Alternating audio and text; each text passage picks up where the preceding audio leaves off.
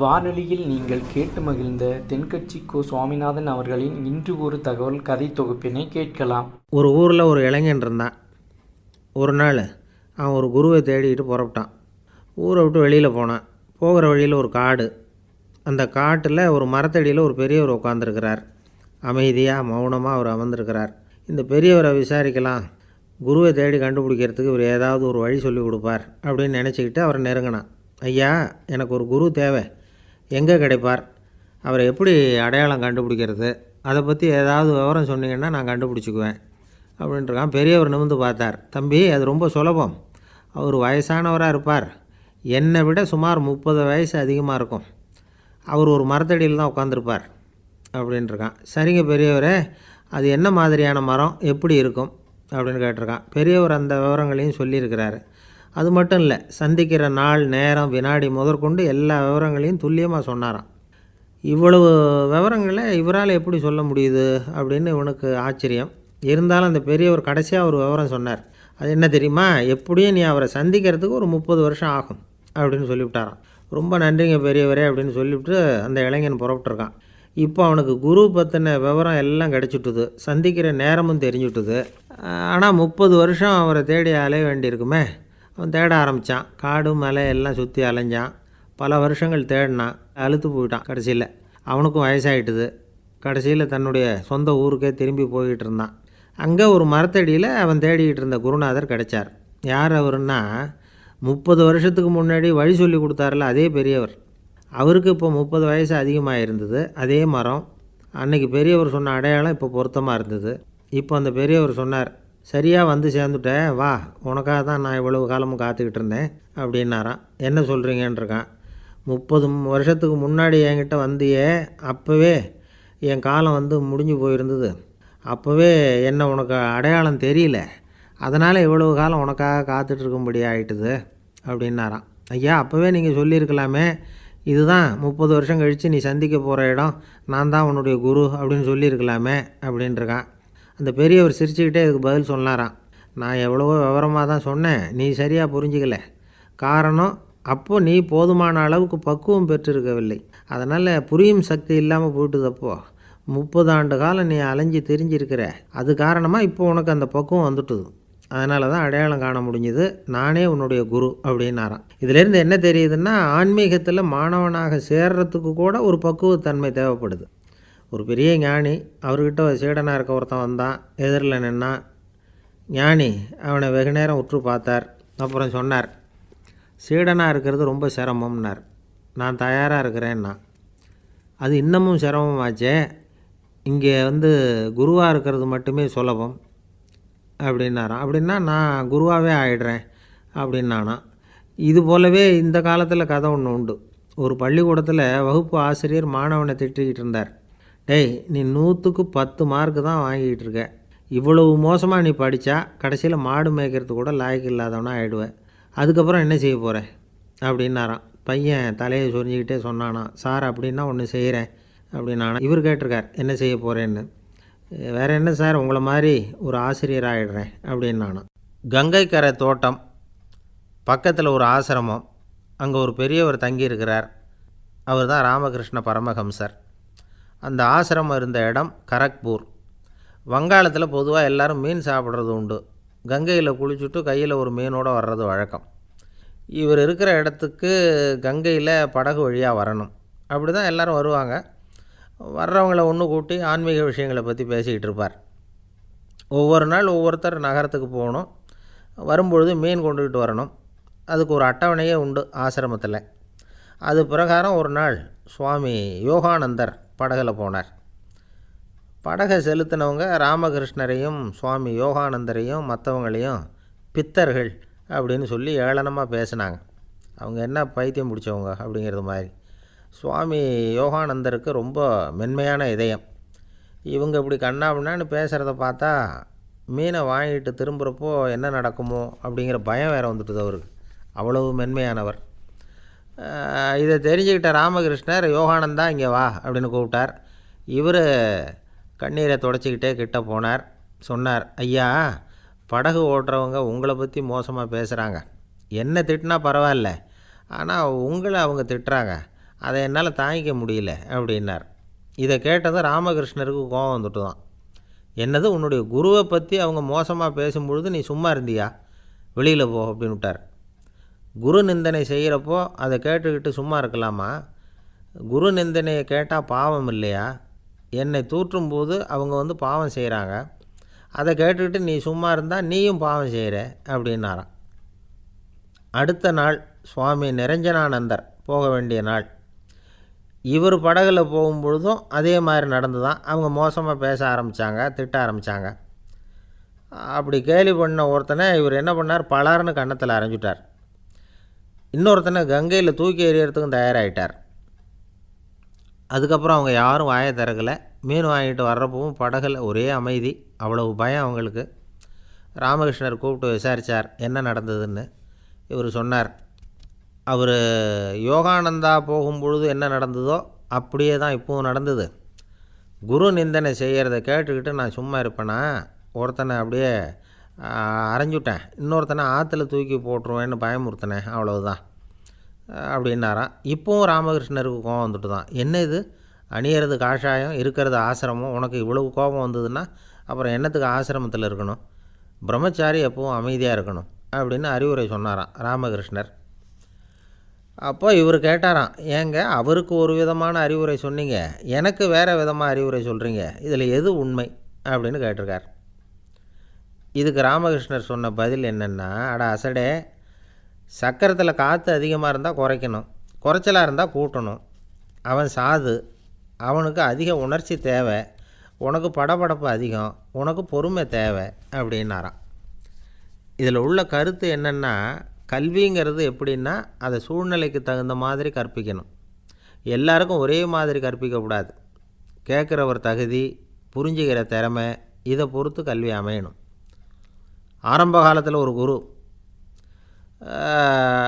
அப்போ ஒரு சீடன் இருந்தான். அது வேடிக்கையான குரு, வேடிக்கையான சீடன். ஒரு ஆசிரமம். ஒரு நாள் ஒருத்தன் அவசரமாக அந்த குருவை தேடி வந்திருக்கிறான். என்ன விஷயம்னு விசாரித்தார் குரு. உங்கள் சீடர் என்னை அடிச்சுட்டார் அப்படின்னு புகார் பண்ணானான் அந்த ஆள். குரு சீடனை கூப்பிட்டார். அடிச்சியா இந்த ஆளை அப்படின்னு கேட்டாரான். ஆமான் இருக்கான் சீடன். ஏன் அடித்தே அப்படின்னு கேட்டாரான். இந்த ஆள் உங்களை பற்றி மட்டமாக பேசிவிட்டான், என்னால் அதை தாங்கிக்க முடியல, அதனால தான் அடிச்சுட்டேன்ருக்கான். அப்படி என்ன பேசினான் அப்படின்னு கேட்டாரான். உன்னுடைய குருநாதர் இப்போல்லாம் அர்த்தமில்லாமல் பேச ஆரம்பிச்சிட்டார் அப்படின்னு சொல்லிவிட்டான், அதனால தான் அடிச்சுட்டேன் அப்படின்னானான். அதுக்காக அடித்தே அப்படின்னாரான். நான் அதுக்காக அடிக்கலை குருவே, இப்போல்லாம் நீங்கள் அர்த்தமில்லாமல் பேசுகிறதாக அவன் சொல்கிறான், அப்படின்னா இதுவரைக்கும் நீங்கள் அர்த்தத்தோடு பேசினதாகத்தானே அர்த்தம், அது தப்பு தானே, அதனால தான் அடித்தேன் அப்படின்னானான். ஒரு ஊரில் ஒரு ராஜா இருந்தார். அவர் அடிக்கடி காட்டுக்கு வேட்டையாட போவார். சில நண்பர்களையும் கூட அழைச்சிக்கிட்டு போவார். காட்டுக்கு போனதும் ஆளுக்கு ஒரு பக்கமாக போய் வேட்டையாடுவாங்க. சாயந்தரமாக திரும்பி வருவாங்க. மறுநாள் அரண்மனையில் உட்காந்து ஒவ்வொருத்தரும் அவங்க அனுபவங்களையெல்லாம் சொல்லிக்குவாங்க. அவங்கவுங்க வீரத்துக்கு தகுந்த மாதிரி பரிசை அந்த ராஜா கொடுப்பார். இது மாதிரி ஒரு தடவை எல்லோரும் வேட்டைக்கு போயிட்டு திரும்பி வந்ததும் உட்காந்து பேச ஆரம்பிச்சிருக்கிறாங்க. ஒருத்தன் சொன்னான், தன்னுடைய வீர தீர செயலை பற்றி அளக்க ஆரம்பிச்சிட்டான். ஏன்னா அது அதுக்கு பரிசு கிடைக்க போகுதில்ல, அதனால். அவன் என்ன சொன்னான் தெரியுமா? அரசே, நேற்றுக்கு காட்டில் என்னாச்சு தெரியுமா? எனக்கு நேராக ஒரு சிங்கம் வாயை திறந்துக்கிட்டு வந்துட்டுது. நான் பயப்படவே இல்லை. உடனே ஒரு கல்லை எடுத்து குறி பார்த்து வீசினேன். சிங்கத்து வாய்க்குள்ளே போய் அந்த கல் மாட்டிக்கிட்டுது. அவ்வளவுதான். அந்த சிங்கம் என்னை பார்த்துட்டு பயந்துட்டு ஒரே ஓட்டமாக திரும்பி ஓடி போயிட்டுது அப்படின்னா. ஆஹா பலே அப்படின்னு எல்லோரும் கை தட்டினாங்க. ரெண்டாவது ஆள் ஒருத்தன் எழுந்திரிச்சான். அவன் சொல்ல ஆரம்பித்தான், அரசே, நான் போன வழியில் 2 பெரிய மலைப்பாம்பு கிடந்தது, என்னை முழுங்கிறதுக்கு வந்தது. நான் என்ன பண்ணேன் தெரியுமா? அந்த 2 பாம்போட வாலையும் ஒன்றா சேர்த்து முடிச்சு போட்டுட்டேன். அவ்வளவுதான். அது அங்கே இழுக்க இது இங்கே இழுக்க முடிச்சு நல்லா இறுகி போட்டுது அப்படின்றான். ஆஹா அற்புதம்னு சொல்லி எல்லாரும் கை தட்டினாங்களாம். அடுத்தபடியாக 3வது ஆள் ஒருத்தன் வந்தான். அவன் சொல்ல ஆரம்பித்தான், மன்னா, நான் போன பாதையில் குறுக்க ஒரு ஆறு, அதில் இறங்கி குளித்தேன். யாரோ காலை பிடிச்சி இழுக்கிறது மாதிரி இருந்தது. திரும்பி பார்த்தா ஒரு பெரிய முதலை. நான் உடனே அப்படியே ஒரு துள்ளல் துள்ளி அது முதுகில் போய் உக்காந்துக்கிட்டேன். அதை அப்படியே கரைக்கு நீந்த வச்சேன். கரைக்கு வந்து சேர்ந்ததும் அப்படியே ஒரே துள்ளி குதித்து கரைக்கு வந்துட்டேன் அப்படின்றான். அவன் தன்னுடைய வீரத்தை அப்படி சொல்லியிருக்கான். அடடா எப்பேற்பட்ட வீரம் அப்படின்னு எல்லாரும் கை தட்டினாங்களாம். 4வது ஆள் எழுந்திரிச்சான். மன்னா, நான் போன இடத்துல ஒரு கரடி என்னை துரத்த ஆரம்பிச்சுட்டுது. நான் ஒரு மலை உச்சிக்கு வந்துட்டேன். அதுக்கப்புறம் ஒரு அடி எடுத்து வச்சாலும் அதில் பாதாளத்தில் விழ வேண்டியது தான். அந்த நேரம் பார்த்து ஒரு பெரிய ராட்சச கழுகு அந்த பக்கமாக பறந்து வந்தது. நான் உடனே அப்படியே உயர எழும்பி அந்த கழுகோட காலை பிடிச்சிக்கிட்டேன். அப்படியே தொங்கிக்கிட்டே வந்தேன். ஒரு நல்ல இடம் வந்ததும் தொப்புன்னு கீழே குதித்து நடந்து வந்துட்டேன்னா. இதுக்கும் எல்லோரும் கை தட்டுறாங்க. கடைசியாக ஒரு ஆள் எழுந்திரிச்சான். அரசே, நான் போன வழியில் ஒரு பெரிய யானை குறுக்க வந்தது. பயங்கரமாக சத்தம் போட்டுக்கிட்டே வந்தது. நான் பயந்து ஓடலை. உடனே என்ன பண்ணேன் தெரியுமா? அந்த யானையோட வாலை பிடிச்சி தூக்கினேன். தலைக்கு மேலே தூக்கி கரன்னு சுற்றினேன். வேகமாக சுற்றி வீசி எறிஞ்சேன். அவ்வளவுதான். அதே ஸ்பீடில் அந்த யானை மேலே போக ஆரம்பிச்சுட்டுது. இன்னும் கூட அது போய்கிட்டே தான் இருக்குது, கீழே விழவே இல்லைன்னா. இதை கேட்டதும் ராஜாவுக்கு கோபம் வந்துட்டுது. என்ன முட்டாள்னு நினச்சிக்கிட்டு பேசுகிறியா? யானையை நீ வாலை பிடிச்சி தூக்குன, அதை நான் நம்பணுமா அப்படின்னார். உடனே இவன் பணிவாக பதில் சொன்னான். அரசே, ஒரு சிங்கத்து வாயில் கல் மாட்டிக்கிட்டதை நம்புறீங்க, மலைப்பாம்பு வாலை பிடிச்சி முடிச்சு போட்டதை நம்புறீங்க, முதல்ல முதுகில் சவாரி பண்ணதையும் நம்புறீங்க, கழுகு காலை பிடிச்சிக்கிட்டு பறக்கிறதையும் நம்புறீங்க. அப்படி நம்புகிறப்போ நான் சொன்னதை மட்டும் நம்பக்கூடாதா அப்படின்னு கேட்டானான். பொய் சொன்னவங்கெல்லாம் தலையை தொங்க போட்டுக்கிட்டாங்களாம். ராஜா அவங்கள பார்த்து சொன்னாராம், நீங்கள் எல்லாரும் என்னை முட்டாளாக்கியிருக்கிறீங்க. கடைசியாக பேசின இவன் தான் எனக்கு உண்மை எது பொய் எதுங்கிறத புரிய வச்சிருக்கிறான். இவன் தான் உண்மையான தைரியசாலி அப்படின்னு சொல்லி அவனுக்கே பரிசையெல்லாம் கொடுத்து பாராட்டினாராம். இப்படி ஒரு கதை. உண்மையை நிலைநாட்டுகிறவன் தான் உண்மையான வீரன் அப்படிங்கிறத இதிலிருந்து நாம் புரிஞ்சுக்கணும். இந்த காலத்துல எல்லாம் பொய் சொன்னால் தான் பழைக்க முடியுங்கிறது ஒரு சில பேரோட நம்பிக்கை. ஒரு அப்பாவுக்கு தன் மகனுக்கு பொய் சொல்ல தெரியலையேங்கிற கவலை. பொய் சொன்னால் தான் இந்த உலகத்தில் பிழைக்கலாம், ஆனால் இவனுக்கு அது தெரியலையே, அதனால் இவனை அழைச்சிட்டு போய் நடுக்கடலில் விட்டுட்டு வந்துடுவோம் அப்படின்னு அழைச்சிட்டு புறப்பட்டான். கடற்கரைக்கு போனான். மகனுக்கு சந்தேகம். எங்கேப்பா என்னை அழைச்சிட்டு போகிறேன்னு கேட்டிருக்கான். கடலில் மீன் பிடிக்க கற்றுக் கொடுக்க போகிறேன் உனக்கு அப்படின்னானா. நான் ஏற்கனவே மீன் பிடிச்சிட்டேனேன்னானா இவன் மகன். எங்கே அதுன்னு கேட்டிருக்கான் அப்பங்காரன். சுட்டு சாப்பிட்டுட்டேன்ருக்கான் புள்ள. அப்பங்காரன் பார்த்தான். சரி, நம்ம புள்ள பொழைச்சிக்கோ அப்படின்னு சொல்லி திருப்பி அழைச்சிட்டு வந்துட்டானா. ஒரு ஜென் துறவி, அவருக்கு ரொம்ப வயசாகிட்டுது, கடைசி காலம். நண்பர்களையெல்லாம் கூப்பிட்டார். நண்பர்களே, நான் வித்தியாசமான முறையில் சாகணும்னு ஆசைப்பட்றேன், அதுக்கு ஏதாவது யோசனை சொல்லுங்களேன் அப்படின்னு கேட்டாராம். நண்பர்கள் சிரித்தாங்க. என்ன பேச்சு பேசுகிறீங்க? சாவறதுங்கிறது என்ன விளையாட்டு கத்தனமான காரியமா அப்படின்னு கேட்டிருக்காங்க. அந்த துறவி கொஞ்ச நேரம் யோசனை பண்ணார். அப்புறம் கேட்டாராம், இது வரைக்கும் யாராவது நடந்துக்கிட்டே இறந்துருக்குறாங்களா அப்படின்னாராம். எல்லாரும் இல்லைன்னாங்களாம். ஒருத்தர் மட்டும் சொல்லியிருக்கார். அப்படியும் ஒருத்தர் இறந்துருக்கிறதாக ஒரு கதையில் படிச்சிருக்கிறேன். ஒரு ஞானியால் தான் அப்படியெல்லாம் செய்ய முடியும் அப்படின்னு அவர் சொன்னாராம். சரி, அப்படின்னா அந்த முறை நமக்கு வேணாம். நின்றுக்கிட்டே யாராவது உயிரை விட்டுருக்காங்களா அப்படின்னு விசாரித்தாராம். அப்படியும் ஒருத்தர் இறந்துருக்கிறார் அப்படின்னாங்களாம். மறுபடியும் அந்த துறவி யோசனை பண்ணியிருக்கிறார். ஏதாவது வித்தியாசமான முறையில் நாம் போகணும் அப்படிங்கிறது அவருடைய விருப்பம். மனிதன் எப்படி வாழ்கிறானோ அப்படி இறப்பது தான் நல்லது. சரி, யாராவது தலைகீழாக யோகம் செய்யும் நிலையில் இறந்துருக்கிறாங்களா அப்படின்னு விசாரித்தாராம். நண்பர்கள் சிரித்தாங்க. தலைகீழாக நின்னபடி இறந்ததாக நாங்கள் கேள்விப்பட்டதே இல்லை, அது முடியாத காரியம் அப்படின்ட்டுருக்காங்க. இப்போ அந்த துறவிக்கு திடீர்னு உற்சாகம் வந்துட்டுது. உடனே எழுந்திரிச்சார், தலைகீழாக நின்னார், அப்படியே உயிரை விட்டுட்டார். அவ்வளோதான். அந்த மடாலயத்தில் ஒரே குழப்பம். எப்படி அவரை கீழே இறக்கி படுக்க வைக்கிறது அப்படின்னு புரியல. இப்படி உயிர் விடுறதை பற்றி அவங்க இது வரைக்கும் கேள்விப்பட்டதும் இல்லை. உண்மையிலேயே இவர் இறந்து தான் போனாராங்கிறதும் தெரியல. சோதித்து பார்த்தாங்க. இதய துடிப்பு, நாடி துடிப்பு எல்லாம் நின்று போயிருந்தது. இவர் எப்பவும் இப்படி தான், என்ன பண்ணுறது இப்போது அப்படின்னு சொல்லி எல்லோரும் குழம்பிக்கிட்டு இருக்கிற சமயத்தில் ஒரு பெரிய ஒரு யோசனை சொன்னார். இந்த துறவியோட மூத்த சகோதரி பக்கத்து மடாலயத்தில் இருக்கிறாங்க, அவங்கள இங்கே அழைச்சிட்டு வந்தால் ஏதாவது வழி கிடைக்கும் அப்படின்னார். அந்த அம்மாவுக்கு 90 வயசு. அழைச்சிட்டு வந்தாங்க. ஒரு குச்சியை ஊன்றிக்கிட்டு அப்படியே மெதுவாக நடந்து வந்தாங்க. தம்பி, தலைகீழாக நின்று உயிர் விட்டு இறக்கிறத பார்த்தாங்க. தம்பின்னு கூப்பிட்டு பார்த்தாங்க, ஒன்றும் காணோம். உடனே என்ன பண்ணாங்க, தன்னுடைய கைத்தடியால் தம்பியோட உடலை ஒரு தட்டு தட்டினாங்க. ஏப்பா, சாகிறப்பவும் உன்னுடைய குறும்புத்தனத்தை விடலையா? இப்படியாடா சாகிறது, ஒழுங்காக செத்து தொலை அப்படின்னாங்களாம். அவ்வளவுதான். உடனே அந்த துறவி திரும்பி நேராக நின்னார். அக்கா கோவப்படாத, நான் ஒழுங்காக சாகிறேன், எப்படி செத்தா என்ன, எல்லாம் எனக்கு ஒன்று தான் அப்படின்னு சொல்லிவிட்டு அப்படியே தரையில் படுத்து உயிரை விட்டாராம். அதுக்கப்புறம் அந்த அம்மா கோலை வந்து கையில் எடுத்துக்கிட்டு அப்படியே திரும்பி கூட பார்க்காம அவங்க பாட்டுக்கு போயிட்டாங்களாம். மரணத்தை ஒரு விளையாட்டாக ஆக்கிய அந்த துறவிக்கு வாழ்க்கையே ஒரு விளையாட்டாக தான் இருந்திருக்குது. எந்த நோக்கமும் இல்லாமல் செயல்படுறதுன்னா என்னங்கிறதும் அவருக்கு தெரிஞ்சிருக்குது. பயனை எதிர்பார்க்காமல் பணி செய்து வாழ்ந்து மறைந்த மகான் அவர். தம்முடைய தொழிலை வந்து விளையாட்டு போல் செய்ய தெரிஞ்சவருக்கு வாழ்க்கையே ஒரு விளையாட்டாக மாறிடும். எல்லாமே விளையாட்டாகி விடுகிற போது மரணமும் விளையாட்டாகிவிடும் அப்படிங்கிறது தான் அந்த தத்துவம். ஆனால் அதுக்கு முன்னாடி உங்களுக்குள்ளே இருக்கிற உண்மையான நடிகனை வந்து நீங்கள் அடையாளம் கண்டுபிடிக்கணும். நீங்கள் நடிக்க வேண்டியதே இல்லை, நீங்கள் ஏற்கனவே நடிச்சுக்கிட்டு தான் இருக்கிறீங்க. நீங்கள் இந்த உண்மையை தெரிஞ்சுக்கணும், அவ்வளவுதான். இதுதான் ஞானிகளுடைய கருத்து. நீங்கள் தெருவில் நடந்து போயிட்டுருக்கிறீங்க, எதிரில் வர்றவர் உங்களை பார்த்து எப்படி இருக்கிறீங்கன்னு கேட்குறார். நல்லா இருக்கிறேங்கிறீங்க. உண்மையிலேயே நாம் நல்லா இருக்க மாட்டோம், ஏதாவது உடம்புல கோளாறு இருக்கும். ஆனால் அப்படி சொல்லுவோம் நல்லா இருக்கிறேன் அப்படின்னு. அது நடிப்பு தானே. உங்களை சந்தித்ததில் ரொம்ப மகிழ்ச்சி அப்படின்னு சொல்கிறோம். உடனே கொஞ்சம் நிதானமாக யோசித்து பாருங்கள், உண்மையிலேயே உங்கள் மனசு மகிழ்ச்சி அடைஞ்சுட்டுதா? அது நடிப்பு தானே. வாழ்க்கையை சரியாக புரிஞ்சுக்கிட்டால் எல்லாமே நடிப்புங்கிறது புரியும். கல்யாண பத்திரிக்கை அனுப்பியிருந்தேனே, ஏன்டா வரலன்னு கேட்டான் ஒருத்தன். வந்திருந்தேனே அப்படின்னானா இவன். டேய், ஏன்டா போய் சொல்கிற, நான் பத்திரிக்கையே உனக்கு அனுப்பலையே அப்படின்ட்டுருக்கான் அவன். அதுக்கு இவன் சொன்னானா, பத்திரிக்கை அனுப்புனேன்னு நீ போய் சொல்கிறப்போ கல்யாணத்துக்கு வந்தேன்னு நான் போய் சொல்லக்கூடாதா அப்படின்னானா. ஒருத்தன் எப்படி நடந்துக்கிறாங்கிறத வச்சு தான் அந்த ஆள் எப்படிங்கிறத நாம் முடிவு பண்ணுறோம். ஆளுமைன்னு சொல்கிறோம்ல, அதுக்கு வந்து சூழ்நிலைகளை ஆளுகின்ற தன்மை அப்படின்னு விளக்கம் கொடுக்குறார் ஒரு உளவியல் நிபுணர்.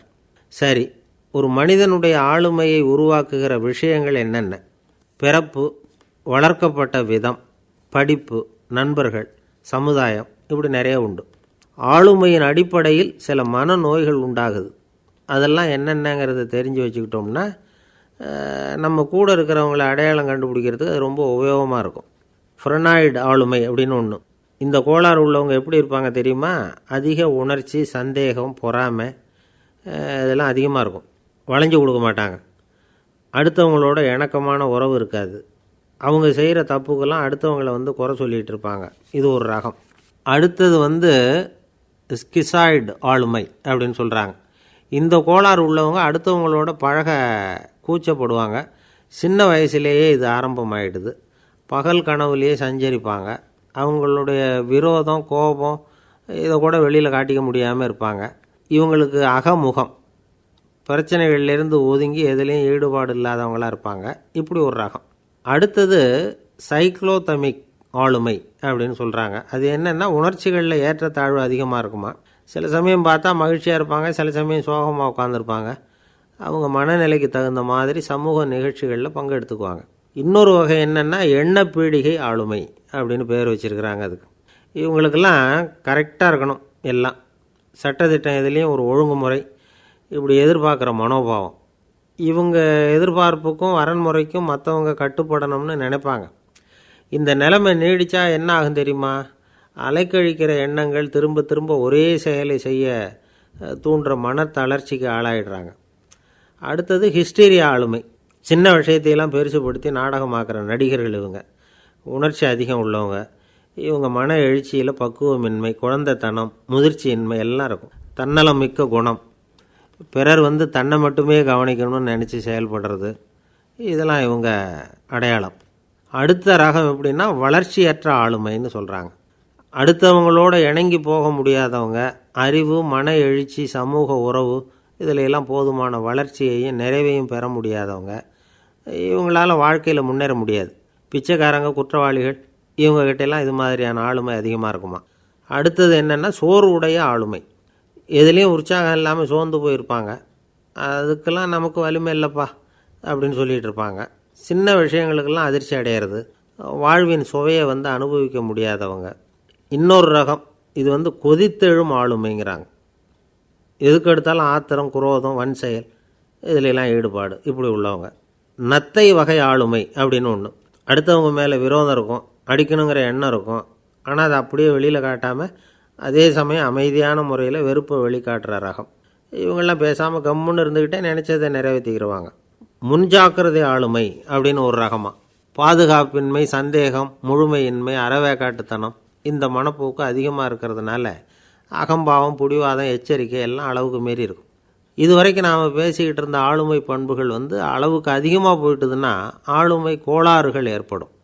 அதன் அடிப்படையில் மனவியாதிகள் வருமா. அதனால் இணக்கமான எல்லாரும் விரும்புகிற இயல்பான ஆளுமையை பெறுவதற்கு நாம் முயற்சி செய்யணும் அப்படிங்கிறது மனோதத்துவ நிபுணர்களுடைய ஆலோசனை. ஒருத்தர் ஒரு மனோதத்துவ டாக்டரை தேடிட்டு வந்தாராம். டாக்டர், எனக்கு மனசில் ஏதோ வியாதி, ஆளுமை கோளாறு, அதாவது எனக்கு சீக்கிரமாக செத்து போனால் தேவையில்லைன்னு தோணுது அப்படின்னாராம். உடனே அந்த டாக்டர், சரி அப்படின்னா இங்கே இருங்க, நான் வைத்தியம் பார்க்குறேன் அப்படின்னாராம். ஒரு மனுஷனுக்கு 3 விதத்தில் கர்வம் உண்டாகிறதுக்கு வாய்ப்பு உண்டு. பணம், பதவி, புகழ். பணம் அதிகமாக வந்தால் கர்வம் வரலாம், பதவி பெருசாக வந்துட்டுதுன்னா கர்வம் வரலாம், புகழ் அதிகமாக போனாலும் கர்வம் வரலாம். இந்த 3 வகையான கர்வத்துக்கும் இடம் கொடுக்காமல் இருக்கிறாங்க பாருங்கள், அவங்க தான் சிறந்த மனிதர்கள். ஒரு பெரிய பொறுப்பில் இருக்கிறவங்களுக்கு கர்வம் வந்துடக்கூடாது. அப்படி வந்துட்டுதுன்னா அது எல்லாருக்கும் இடைஞ்சல். ஒரு ராஜா இருந்தார். அவர் ஒரு நாள் தன்னுடைய தலைநகரத்தை சுற்றி வந்துக்கிட்டு இருந்தார். ஒரு இடத்துல ஒரு அழகான நிலத்தை பார்த்தார். ஆஹா, இந்த இடத்துல நமக்குன்னு ஒரு மாளிகையை கட்டினா எவ்வளோ நல்லாயிருக்கும் அப்படின்னு நினச்சார். ராஜா நினச்சா அது முடியாத காரியமா? சரி, இந்த நிலம் யாருக்கு சொந்தம்னு விசாரிங்க அப்படின்னார் பக்கத்தில் இருந்தவங்கக்கிட்ட. அவங்கெல்லாம் ஓடி போய் விசாரித்தாங்க. அந்த இடம் ஒரு வயசான கிழவிக்கு சொந்தம், வயசான அம்மாவுக்கு சொந்தமாக. அந்த அம்மா தான் அதில் ஒரு குடிசையை போட்டு குடியிருந்துகிட்டு இருக்கிறாங்க. சரி, அந்த நிலத்துக்கு ஒரு விலையை நிர்ணயம் பண்ணி அதை அந்த வயசான அம்மாக்கிட்ட கொடுத்துருங்கோ அப்படின்னு உத்தரவு போட்டார் ராஜா. ஆனால் அந்த அம்மா, இது எங்கள் பூர்வீக இடம், இதை விற்க மாட்டேன் அப்படின்னு சொல்லிவிட்டுது. சரி, 2 பங்கு விலை கொடுக்குறோம்னு சொல்லி பாருங்க அப்படின்னாங்க. அப்படியே சொன்னாங்க அரண்மனை ஆட்கள். அதுக்கும் சம்மதிக்கலை அந்த அம்மா. இதை கேள்விப்பட்டதும் ராஜாவுக்கு கோபம் வந்துட்டுது. தன்னுடைய ஆளுங்களை கூப்பிட்டார். போய் அந்த குடிசையை பிரித்து எறிங்க, காசெல்லாம் ஒன்றும் கொடுக்காதீங்க அப்படின்னு கத்தினார். அவ்வளோதான். அடுத்த நிமிஷம் அரண்மனை ஆசாமிகள் போனாங்க, குடிசையை பிரித்து எரிஞ்சாங்க. அந்த வயசான அம்மா இருக்குது, அதுவும் அந்த இடத்த விட்டு துரத்தி விட்டாங்க. அந்த இடத்துல ஒரு அரச மாளிகையை கட்டி முடிச்சிட்டாங்க. அந்த வயசான அம்மா பாவம், ராஜாவே இப்படி பண்ணால் யார்கிட்ட போய் முறையிட முடியும்? ஒரு ஞானி இருந்தார், அவர்கிட்ட போய் சொன்னாங்க. அவர் இவங்க சொன்னதை கேட்டு மனசில் வச்சுக்கிட்டார். ஒரு நாள் அந்த ராஜாவே இந்த ஞானியை கூப்பிட்டார். புதுசாக ஒரு மாளிகை கட்டியிருக்கிறேன், வந்து பாருங்கன்னு. சரின்னு சொல்லி இந்த பெரியவர் ஒரு நாள் அந்த மாளிகைக்கு போனார். சும்மா போகல, ஒரு கழுதையையும் ஓட்டிகிட்டு போனார். கொஞ்சம் சாக்குகள், வெத்து சாக்கு, அதையும் எடுத்து கழுதை முதுகில் போட்டு கழுதையை ஓட்டிகிட்டு போகிறார். ராஜா பார்த்தார். அவருக்கு இது ஆச்சரியமாக இருந்தது. என்ன இது, மாளிகைக்கு வந்துட்டு போங்கன்னு கூப்பிட்டா கழுதை, சாக்கு இதெல்லாம் கூப்பிட்டு வராரே, ஒன்றும் புரியலையேன்னு நினச்சார். எதுக்காக இதெல்லாம்னு கேட்டார். அரசருடைய தோட்டத்திலேருந்து கொஞ்சம் மண் எடுத்துகிட்டு போகிறதுக்கு ஆசைப்பட்றேன், அதுக்கு நீங்கள் அனுமதி கொடுக்கணும் அப்படின்னாரு இவர். இது என்ன வேடிக்கையான கோரிக்கையாக இருக்குது அப்படின்னு நினச்சார் ராஜா. இருந்தாலும் மண் தானே கேட்குறாரு, எடுத்துகிட்டு போகட்டுமே அப்படின்னு நினச்சார். சரின்னு அனுமதி கொடுத்தார். அந்த பெரியவர் தோட்டத்துக்கு போனார், மண்ணை வெட்டினார், சாக்கில் போட்டு நிரப்புனார். ராஜாவை கொஞ்சம் கிட்ட வாங்கன்னு கூப்பிட்டார். இந்த மண் மூட்டையை தூக்கி கழுதையோட முதுகில் வைக்கணும், கொஞ்சம் உதவி பண்ணுங்கன்னார். ஓ, பண்ணுறேனே அப்படின்னு சொல்லி ராஜா கிட்ட போனார். மூட்டையை தூக்கி பார்க்குறாரு, முடியல, திணறி போயிட்டார். இப்போ அந்த ஞானி பேசினாராம்.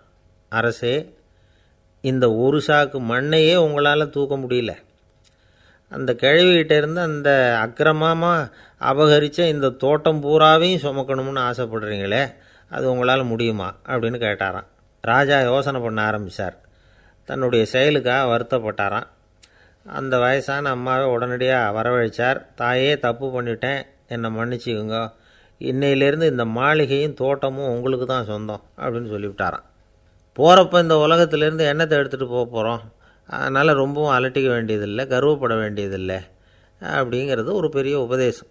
ஒரு பெரிய மனுஷன் சாக கிடந்தார், ரொம்பவும் அழுதார். ஏன் அழறீங்க அப்படின்னு கேட்டாங்க சுற்றி இருந்தவங்க. நான் சாகிறதுக்காக கவலைப்படலை, நான் நம்ம ஜனங்களுக்காக எவ்வளவோ காரியம்லாம் செஞ்சுக்கிட்டு வந்தேன். நான் செஞ்சுக்கிட்டு வந்த சேவையை இனிமேல் யார் செய்ய போகிறாங்க? அது யாரால் முடியும்? அதை நினச்சி தான் அழறேன் அப்படின்னாராம். ஒருத்தர் முன்னாடி வந்தார். அதுக்காக நீங்கள் கவலைப்படாதீங்க, உங்கள் சேவையை தொடர்ந்து செய்கிறதுக்கு என்ன மாதிரி இளைஞர் பட்டாலும் தயாராக இருக்குது. இருந்தாலும் எங்கள் கவலை என்னென்னா அப்படின்னு இழுத்தார். என்ன சொல்லுங்கன்னு கேட்டார் அவர். நீங்கள் இது வரைக்கும் என்ன சேவை செஞ்சுக்கிட்டு வந்தீங்க, அதுதான் எங்களுக்கு இன்னமும் புரியாத புதிராக இருக்குது அப்படின்னாராம் அவர். ஒரு சீன தேசத்து அரசர் இருந்தார். அவருக்கு வயசாயிட்டுது. அவருக்கு அடுத்தபடியாக அவருடைய புள்ள பட்டத்துக்கு வரணும், ஆட்சி பொறுப்பை ஏற்றுக்கணும். ஒரு நல்ல தலைவனுக்கு இருக்க வேண்டிய பண்புகள்லாம் தன்னுடைய மகனுக்கு இருக்கணும்னு விரும்பினார் அந்த அரசர். அதனால் இளவரசனை பக்கத்தில் இருந்த ஒரு குரு கிட்ட அனுப்புனார். இளவரசன் அவர்கிட்ட போய் சேர்ந்தான். அந்த குரு என்ன பண்ணார் தெரியுமா? இவனை பார்த்து சொன்னார், இதை பாருப்பா, நீ என்ன பண்ணுற, இப்போவே பக்கத்தில் இருக்கிற காட்டுக்கு போ, நடு காட்டில் போய் ஒரு இடத்துல உட்காந்துக்கோ. அங்கே என்னென்ன சத்தம்லாம் உன் காதில் விழுதுன்னு கவனித்து கேளு. உன் காதில் விழுந்த ஓசைகள் என்னென்னங்கிறத என்கிட்ட வந்து சொல்லு, அதுதான் எனக்கு தெரியணும், உனக்கு வேலையும் அதுதான் அப்படின்னு சொல்லி அனுப்பி வச்சுட்டார். இளவரசன் காட்டுக்கு போனான். குரு சொன்னபடியே ஒரு இடத்துல உட்காந்து கவனித்து கேட்டான். அதுக்கப்புறம் குருக்கிட்ட திரும்பி வந்தான். என்னென்ன சத்தம்லாம் கேட்ட அப்படின்னு கேட்டார் குரு. குருவே, காட்டில் நான் பறவைகள் சத்தம்லாம் கேட்டேன், மிருகங்களின் ஓசையையும் கேட்டேன், இதை தவிர இடி மின்னல் மழை இதுகளோட சத்தத்தையும் கேட்டேன் அப்படின்னா. குரு யோசனை பண்ணார், நீ இன்னமும் சரியாக கேட்கல, அதனால் மறுபடியும் காட்டுக்கு போ, கொஞ்ச நாள் தங்கியிருந்து கேட்டுட்டு வா அப்படின்னார். இளவரசனுக்கு ஒன்றும் புரியல. இருந்தாலும் குருவின் கட்டளையாச்சே, மறுக்க முடியுமா? உடனே அவன் மறுபடியும் காட்டுக்கு போனான். ஒரு இடத்துல உட்காந்தான். கொஞ்ச நேரம் உன்னிப்பாக கவனித்து கேட்டான். சில நாள் கழித்து குருக்கிட்ட திரும்பி வந்தான். குருவே, இந்த தடவை சில துல்லியமான சத்தங்களை எல்லாம் கேட்டான். தேனீ பறக்கிற சத்தம், நீரோடையின் மெல்லிய ஓசை, இதெல்லாம் கேட்டேன்னா. குரு சிரித்தார். நீ மறுபடியும் காட்டுக்கு போ, இன்னும் சில நாள் அங்கே இரு, முழுமையாக கவனமாக கேட்டுக்கிட்டு வா அப்படின்னு சொல்லி அனுப்பி வச்சுட்டார். இளவரசனுக்கு குழப்பம் அதிகமாயிட்டுது. ஒன்றுமே புரியல. மறுபடியும் காட்டுக்கு போனான். மௌனமாக ஒரு இடத்துல உட்காந்துட்டான். அப்படியே தியானத்தில் ஆழ்ந்துட்டான். சில நாளில் அவனுக்கு இதுவரை கேட்காத ஓசைகள்லாம் கேட்க ஆரம்பிச்சிட்டுது. இதைத்தான் நான் கேட்கணும்னு என்னுடைய குரு எதிர்பார்த்துருக்கிறாருங்கிறத புரிஞ்சுக்கிட்டான். உடனே குருக்கிட்ட ஓடனான். குருவே, இந்த தடவை காதுகளுக்கு கேட்க முடியாத சில ஓசைகளை கூட என்னால் உணர முடிஞ்சுது. பூ மலருகிற ஓசை, சூரியனால் பூமி சூடாகிறப்போ எழுகிற ஓசை, காலை பனித்துளி இந்த புல்லுலாம் குடிக்கிற ஓசை, இது எல்லாம் என்னால் நல்லா கேட்க முடிஞ்சுது அப்படின்னா. குருவுக்கு இப்போ தான் திருப்தி ஏற்பட்டு தான். இளவரசனை பார்த்து சொன்னார், இதை பாருப்பா, இப்போ தான் நாட்டை ஆளுகிற தகுதி உனக்கு வந்திருக்குது அப்படின்னு சொல்லி அதுக்கு விளக்கமும் கொடுத்தாராம். எந்த அரசன் தன்னுடைய மக்களின் எதையும் பேசுகிற மௌன மொழியை, மௌன வார்த்தைகளை கேட்குறானோ அவன்தான் ஆள தகுதி உள்ளவன். எந்த அரசன் தன்னுடைய மக்களின் உணர்ச்சிகளை உண்மையாக உணர்றானோ அவன்தான் முதன்மையான அரசன். போலி வார்த்தைகளை மட்டும் கேட்டுட்டு பல மௌன ராகங்களை காதில் வாங்கிக்காதவன் அரசனே இல்லை. எந்த நாட்டில் எப்போ ஒரு அரசன் தன்னுடைய மக்களின் உணர்ச்சிகளை கேட்க மறுக்கிறானோ அன்னையிலேருந்தே அந்த நாடு அழிய தொடங்குது அப்படின்னு அர்த்தம். இதுதான் அந்த குரு இளவரசனுக்கு போதித்தது. வாயால் பேசுகிறத மட்டும் கேட்டு ஏமாறக்கூடாது, உணர்ச்சிகளையும் கேட்குறதுல தான் மனப்பக்குவம் உண்டாகும். மக்கள் உணர்ச்சிகளை புரிந்து கொள்ளாத அரசர்கள் நீடிச்சிருக்க முடியாது. அது மாதிரி நாடுகளில் அடிக்கடி குழப்பம் தான் உண்டாகும். அப்படி இருந்தால் அடிக்கடி ஆட்சி மாறிக்கிட்டு இருக்கும். அப்படிப்பட்ட ஒரு தேசம், அங்கே ஒரு சிறைச்சாலையில் 3 கைதிகள் பேசிக்கிட்டு இருந்தாங்க. ஒருத்தன் சொன்னான், நான் இந்த நாட்டு ராஜாவை எதிர்த்து பேசிக்கிட்டு இருந்தேன், அதனால் என்னை பிடிச்சி கொண்டாந்து இங்கே போட்டுட்டாங்க அப்படின்னா ஒருத்தன். இன்னொருத்தன் சொன்னான், நான் இந்த நாட்டு ராஜாவை ஆதரித்து பேசிக்கிட்டு இருந்தேன், அதனால் என்னை பிடிச்சி கொண்டாந்து இங்கே தள்ளிவிட்டாங்க அப்படின்னா. அது சரி, நீ என்ன தப்பு பண்ண அப்படின்னு சொல்லி 3வது ஆளை பார்த்து இவங்க கேட்டாங்க. அதுக்கு அந்த ஆள் சொல்கிறான், நான் தான் இந்த நாட்டு ராஜா அப்படின்னானா. நம்பிக்கை இல்லைன்னா இந்த உலகத்தில் நாம் நடமாடவே முடியாது. அவநம்பிக்கையோடு இருந்துக்கிட்டு இருந்தால் என்றைக்கும் அவஸ்தை தான். நாம் நம்புறது நடக்குதோ இல்லையோ அது வேறு விஷயம். ஆனால் எதையும் நம்பி தான் நாம் அடி வைக்க வேண்டியிருக்கு. வேறு ஒன்றும் வேணாம், ஒரு லாட்ரி சீட்டு வாங்குகிறோம், அது எங்கே நமக்கு விழப்போகுது அப்படிங்கிற அவநம்பிக்கையோடவா வாங்குகிறோம்? பரிசு நமக்கு தான் அப்படிங்கிற நம்பிக்கை உள்ளூர இருக்கிறதுனால தான் அதை வாங்குகிறோம். இருந்தாலும் முடிவு வேறு மாதிரி ஆகிடுது. அதுக்காக மனசு சோர்ந்து போகிறதில்ல, அடுத்த மாதமும் சீட்டு வாங்குகிறோம். இந்த நம்பிக்கை தான் மனித வாழ்க்கைக்கு ஆதாரம். ஒரு கடையில் போய் டீ சாப்பிட்றீங்க, அந்த டீ நல்ல டீ தானா, அதில் விஷம் கலந்துருக்குமா அப்படிங்கிற சந்தேகம் வந்துட்டுதுன்னு வச்சுங்க. அதுக்கப்புறம் அதை எப்படி நீங்கள் சாப்பிட முடியும்? நம்பி தான் சாப்பிட்ணும். ரயில் ஒழுங்காக போய் சேருங்கிற நம்பிக்கை இருக்கிறதுனால தான் அதில் ஏறி உட்காடுறோம். லெட்டர் ஒழுங்காக போய் சேருங்கிற நம்பிக்கை இருக்கிறதுனால தான் பெட்டியில் போடுறோம். சரி, நம்ம கதையெல்லாம் நம்மளோட இருக்கட்டும்.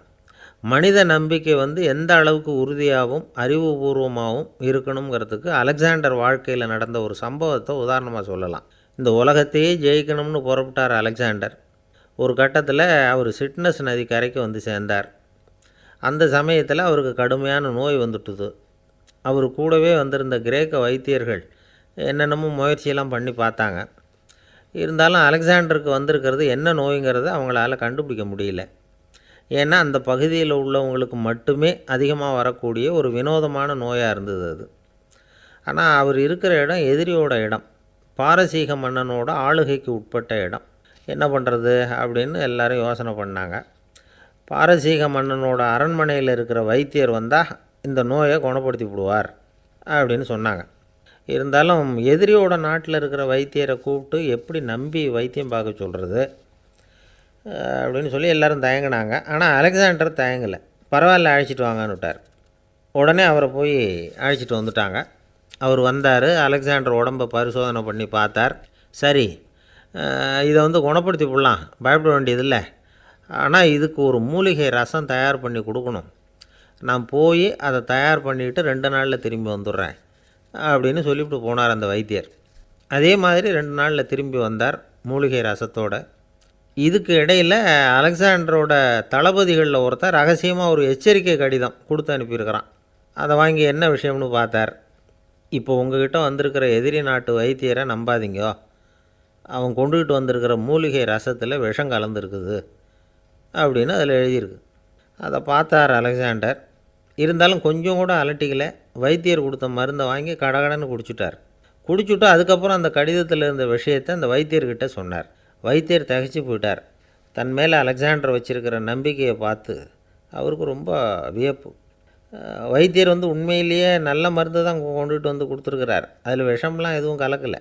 அதுக்கப்புறம் அலெக்சாண்டர் அந்த வைத்தியரை பார்த்து சொன்னாராம், நம்பிக்கைங்கிற அச்சாணியை ஆதாரமாக வச்சுக்கிட்டு தான் இந்த உலகம் சுற்றிக்கிட்டு இருக்குது. எனக்கு எதிரியாக இருந்தாலும் பாரசீக மன்னர் ரொம்ப பெரியவர். அப்பேற்பட்ட மன்னருடைய அரண்மனை வைத்தியர் தொழில் நேர்மை இல்லாதவராக இருக்க மாட்டார். அப்படி இருந்தால் அவரை அரண்மனை வைத்தியராக வச்சிருக்கவே மாட்டாங்க அப்படின்னு நம்பினேன். என்னுடைய நம்பிக்கை வீண் போகலை அப்படின்னாராம். இதுதான் மானுட நம்பிக்கைங்கிறது. இந்த காலத்துலேயும் இது மாதிரி இந்த மானுட நம்பிக்கையை ரொம்பவும் சாமர்த்தியமாக கையாளுகிற கெட்டிக்காரங்க சில பேர் இருக்கிறாங்க. இந்த காலத்து குரு, அவருக்கு ஒரு சிஷ்யன். குரு முன்னாடி அந்த சிஷ்யன் ரொம்ப பணிவாக நின்று, குருவே, உங்கள் கையால் விஷத்தை கொடுத்தாலும் அதை வாங்கி மடமடன்னு குடிச்சிருவேன் அப்படின்னா. உன்னுடைய குரு பக்தியை மெச்சினேன் அப்படின்னார் குரு. அதுக்கு அந்த சிஷ்யன், அப்படி இல்லை குருவே, உங்கள்கிட்ட சிஷ்யனாக இருக்கிறத விட உங்கள் கையால் விஷத்தை வாங்கி குடிச்சு விட்றது ரொம்ப நல்லது, அதனால தான் அப்படி சொன்னேன் அப்படின்னா. ஒரு காடு, நல்ல மரம்லாம் செழிச்சு இருந்தது. அப்படிப்பட்ட காட்டில் ஒரு சாது இருந்தார்.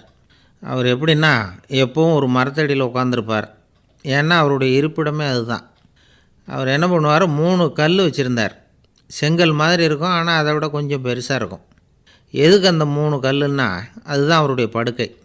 அதாவது தூங்குறப்ப ஒரு கல்லை தலைக்கு கீழே வச்சுக்குவார், இன்னொரு கல்லை இடுப்புக்கு கீழே வச்சுக்குவார், இன்னொரு கல்லை காலுக்கு கீழே வச்சுக்குவார். உடம்பை அப்படியே ஒரு தகட்டால் மூடிக்குவார், அப்படியே தூங்கி போடுவார். மழை பெய்யுதுன்னு வச்சுங்க, அவர் உடம்பு 3 கல் மேலே இருக்குதா, அதனால் தண்ணி அடியில் ஓடி போடும், உடம்பு நனையாது. மேலே தகடு இருக்கிறதுனால மழையும் உடம்புல படாது. அவர் தூக்கமும் கெடாது, நிம்மதியாக தூங்குவார். பகலில் அந்த 3 கல்லையும் ஒரு சேர ஒரு அடுப்பு மாதிரி வச்சு அது மேலே உட்காந்துக்குவார். அதனால் பாம்பு பூச்சி எதுவும் அவரை தொந்தரவு பண்ணுறதில்ல, அது பாட்டுக்கு நடந்து போயிடும். அவர் பாட்டுக்கு நிம்மதியாக இருப்பார். யாராவது எதையாவது கொண்டுகிட்டு கொடுத்தா அதை வாங்கி சாப்பிடுவார், அவ்வளவுதான். ஒரு நாள் அந்த நாட்டு அரசன் காட்டுக்கு வேட்டையாட வந்தான். அந்த வழியாக வந்தப்போ இந்த சாது படுத்துருக்கிறத பார்த்தான், பரிதாபப்பட்டான். ஐயோ பாவம், இவர் இப்படி இந்த கல் மேலே உடம்பை வச்சுக்கிட்டு தூங்குறாரே, என்ன பாடுபடுவார், இவரை நாம் அரண்மனைக்கு அழைச்சிட்டு போய் சுகமாக நிம்மதியாக இருக்கிறதுக்கு வழி செஞ்சு கொடுப்போம், அது ரொம்ப நல்லாயிருக்கும் அப்படின்னு நினச்சான். அப்படி நினச்சிக்கிட்டே அரண்மனைக்கு வந்துட்டான். அதுக்கப்புறம் ஒரு பல்லக்கையும் 2 சேவகர்களையும் காட்டுக்கு அனுப்பி அந்த சாதுவை மெதுவாக இங்கே அழைச்சிட்டு வந்துடுங்க அப்படின்னு சொல்லி அனுப்பி வச்சான். இவங்க போய் அவர்கிட்ட விவரத்தை சொன்னாங்க. எனக்கு என்னத்துக்கு அரண்மனை வாசம் அப்படின்னார். இருந்தாலும் மன்னர் உத்தரவு, நீங்கள் அவசியம் வரணும் அப்படின்னாங்க இவங்க. சரின்னு சொல்லிவிட்டு வேறு வழி இல்லாமல் புறப்பட்டார். புறப்படும் பொழுது என்ன பண்ணார்னா, மறக்காமல் அந்த 3 கல், ஒரு தகடு, அதையும் எடுத்து பல்லக்கில் வச்சுக்கிட்டார். என்னத்துக்கு இதையெல்லாம் எடுத்து வைக்கிறாரு அப்படின்னு சொல்லி அவங்க யோசனை பண்ணாங்க. இருந்தாலும் அதை பற்றி ஒன்றும் கேட்கல. பேசாமல் அவரை அழைச்சிட்டு போய் அரண்மனையில் விட்டுட்டாங்க. அரசன் ஓடி வந்தான், வரவேற்றான், அறுசுவை உணவு படைத்தான். அவர் படுக்கிறதுக்கு தங்க கட்டில், பட்டு மெத்தை, இப்படி எல்லாம் ஏற்பாடு பண்ணி வச்சான். இங்கே படுத்து ஓய்வு எடுத்துங்க அப்படின்னு சொல்லிவிட்டு அவன் பாட்டு போயிட்டான். மறுநாள் காலையில் வந்து பார்க்குறான், சாது படுத்துருக்கிறார். எப்படி தெரியுமா? அந்த பட்டு மெத்தை மேலே 3 கல்லையும் வச்சு வழக்கம் போலவே அது மேலே படுத்துருக்கிறார். அதுக்கு மேலே தகடு. அரசன் பார்த்துட்டு அதிர்ச்சி ஆகிட்டான். என்ன சுவாமி இப்படி அப்படின்னா, சாது சொன்னார், எனக்கு தேவையும் இல்லை, குறையும் இல்லை, எல்லா இடத்துலையும் எனக்கு ஒரே மகிழ்ச்சி தான் அப்படின்னார். மகிழ்ச்சிங்கிறது தங்க கட்டிலேயோ பட்டு மெத்தையிலேயோ இல்லை, அது மனசில் இருக்கிற ஒரு விஷயம். உண்மையான மகிழ்ச்சிக்கு வழி மனப்பக்குவம் அப்படிங்கிறது அந்த அரசனுக்கு புரிஞ்சுதான். இந்த காலத்தில் ஒரு சாமியார், அவரை தேடி ஒரு சீடன் வந்தான். என்னாச்சு தெரியுமா? சுவாமி, எனக்கு நிம்மதி வேணும், அதுக்கு என்ன வழின்னு கேட்டான். சாமியார் நிமிர்ந்து பார்த்தார். அப்புறம் சொன்னார், நீ ஏகப்பட்ட பேர்கிட்ட கடன் வாங்கியிருக்கிற, அதையெல்லாம் திருப்பி கொடுத்தா தான் உனக்கு நிம்மதி கிடைக்கும்னார். இவனுக்கு ஆச்சரியம். அது எப்படி சாமி, அவ்வளவு கரெக்டாக நான் கடன் வாங்கினதை கண்டுபிடிச்சிங்க அப்படின்னா, உனக்கு கடன் கொடுத்து சாமியாராக போனதே நான் தான்ப்பா, அதனால தான் இந்த கதிக்கு வந்தேன். என்கிட்டயே நிம்மதிக்கு வழி கேட்குறியே, அதுதான்டா வேதனை அப்படின்னாராம் அவர். ஒருத்தர் ரொம்ப கவலையோடு உட்காந்துருந்தார். எதை பற்றி சார் கவலைப்படுறீங்கன்னு கேட்டோம். எதிர்காலத்தை பற்றி கவலைப்படுறேன்னார். ஏன்னு கேட்டோம். என்ன பண்ணுறதுன்னே தெரியல சார், எதிர்காலம் ஒரே இருட்டாக இருக்குது, பாதையே புரியலன்னார். இன்றைக்கி நம்ம இளைஞர்கள் பல பேருக்கு எதிர்காலம் இருட்டாக தான் தெரியுது. அவங்கெல்லாம் இந்த கதையை கொஞ்சம் கேட்கணும். ஒரு மலை அடிவாரத்தில் ஒரு சின்ன கிராமம். அந்த மலை ரொம்ப உயரமானது. அடர்த்தியாக செடி கொடிகள் மரங்கள் அதில் மண்டி கிடக்குது. பகல் வேளையில் இருட்டாக தான் இருக்கும், அவ்வளோ அடர்த்தி. அந்த மலை உச்சியில் ஒரு கோவில். நாள் ராத்திரியே புறப்பட்டால் தான் காலையில் அந்த கோவிலுக்கு போய் சேர முடியும். கிராமத்து இளைஞன் ஒருத்தன் அந்த மலை உச்சிக்கு போக வேண்டியிருந்தது. கையில் ஒரு விளக்கை எடுத்துக்கிட்டு நாள் ராத்திரியே புறப்பட்டான். புறப்பட்டு போனவன் கிராமத்து எல்லையிலேயே நின்றுட்டான். ஏன் தெரியுமா? அவன் கையில் இருந்த விளக்கோட வெளிச்சம் 10 அடி தூரத்துக்கு தான் தெரியுது. அது வரைக்கும் தான் பாதை தெளிவாக இருக்குது. அதுக்கு அப்பாலெல்லாம் ஒரே இருட்டாக இருக்குது, பாதை புரியல. இவன் யோசனை பண்ணி பார்த்தான். மனசுக்குள்ளே ஒரு சந்தேகம். 10 அடி தூரம் தானே வெளிச்சம் தெரியுது அப்படின்னா நாம் 10 அடி தூரம் தானே போக முடியும். அதுக்கும் அந்தாண்ட ஒரே இருட்டாக இருக்குதே, அதில் எப்படி நாம் நடந்து போகிறது? நாம் ரொம்ப தூரம் நடந்து போய் ஆகணுமே. அப்படிப்பட்ட நினப்பெல்லாம் அவனுக்கு வந்துட்டுது. இதுதான் அவன் மனசில் ஏற்பட்ட தயக்கம். இப்படி யோசிச்சுக்கிட்டே அந்த இளம் ஆசாமி புறப்பட்ட இடத்துலையே நின்றுக்கிட்டு இருக்கிறான். அந்த சமயத்தில் ஒரு வயசான பெரியவர் அந்த பக்கமாக வந்தார். அவர் கையில் இதை விட சின்னதாக ஒரு விளக்கு வச்சுருந்தார். அது எப்படின்னா, அது ஒரு 5 அடி தூரத்துக்கு தான் வெளிச்சம் காட்டுது. அவ்வளவு சின்ன விளக்கு. அவரும் மலை உச்சிக்கு போகிறதுக்காக தான் வந்துக்கிட்டு இருக்கிறார். அவரை பார்த்து இவன் கேட்டான், என்ன பெரியவரே, இவ்வளவு சின்ன விளக்கை வச்சுக்கிட்டு அவ்வளவு தூரத்துக்கு எப்படி மலையேற போகிறீங்க அப்படின்னு கேட்டான். நீ ஏன் இப்படி தயங்கிக்கிட்டே நிற்கிறேன்னு கேட்டார் பெரியவர். என்கிட்ட இருக்கிற விளக்கு 10 அடி தூரத்துக்கு தான் பாதையை காட்டுதுன்னா. இப்போ பெரியவர் சொன்னார், தம்பி, உன் கையில் இருக்கிற விளக்கு கொடுக்குற வெளிச்சத்தை வச்சு நீ முதல்ல 10 அடி தூரம் முன்னாடி போ. 10வது அடியில் போய் நின்றுக்கிட்டு பாரு, மறுபடியும் ஒரு 10 அடி தூரத்துக்கு பாதை தெரியும். இப்படி உன் கையில் இருக்கிற விளக்கு தொடர்ந்து வெளிச்சம் காட்டிக்கிட்டே இருக்கும். நீ முன்னேற முன்னேற அந்த வெளிச்சமும் முன்னேறும். அதனால் எத்தனை கிலோமீட்டர் தூரம் வேணும்னாலும் நீ இந்த 10 அடி தூரம் வெளிச்சத்தை வச்சுக்கிட்டே நீ போயிடலாம், புறப்படு அப்படின்னார். இப்போ தான் அந்த பெரியவர் சொன்னது இளைஞனுக்கு பளிச்சுன்னு புரிஞ்சுதான். உடனே உற்சாகமாக புறப்பட்டான், உச்சிக்கு போய் சேர்ந்தான். இந்த கதையிலேருந்து நாம் புரிஞ்சிக்க வேண்டியது என்ன தெரியுமா? நீண்ட கால திட்டம் ஒன்று போடும் பொழுது நமக்கு முன்னாடி இருக்கிறத மறந்துட்டு மனசை போட்டு குழப்பிக்கக்கூடாது. உங்கள் கையில் என்ன இருக்கோ அதுலேயே உங்கள் எதிர்காலம் மறைஞ்சிருக்குது. கண் முன்னாடி தெரியறத வச்சு ஆரம்பிங்க, போக போக வழி தானாக புலப்படும் அப்படிங்கிறார் ஒரு பெரியவர். பெரிய பயணங்களையெல்லாம் இப்படி தான் நடத்த வேண்டியிருக்கும். ஒவ்வொரு அடியாக எடுத்து வச்சா ஓடி போய் சேர்ந்து விடலாம், மலைச்சி போய் நின்றுட்டா நின்றுக்கிட்டே இருக்க வேண்டியது தான். நம்ம ஆள்லாம் ரொம்ப மோசமான இருக்கிறாங்க. ஒருத்தன் அப்படி தான் நீண்ட தூர பிரயாணம் ஒன்று புறப்பட்டான். ரயில் போய்கிட்டே இருந்தது. கொஞ்சம் தூரம் போச்சு, பாதி வழியில் கையில் வச்சுருந்த டிக்கெட்டை காற்றுல விட்டுட்டான். ஐயோ என் டிக்கெட்டு போயிட்டுதே அப்படின்னு கத்த ஆரம்பிச்சிட்டான். பக்கத்தில் இருந்த பெரியவர் அவனை பார்த்து பரிதாபப்பட்டு, கவலைப்படாத தம்பி, போனால் போகுது, வேறு டிக்கெட் வாங்கிக்கலாம் அப்படின்னு ஆறுதல் சொன்னார். அதுக்கு அவன் சொல்கிறான், சார் நான் அதுக்காக அழலை, அந்த டிக்கெட்டு கிடைச்சா தானே நான் எந்த ஊருக்கு போகணுங்கிறது எனக்கு தெரியும் அப்படிங்கிறான்.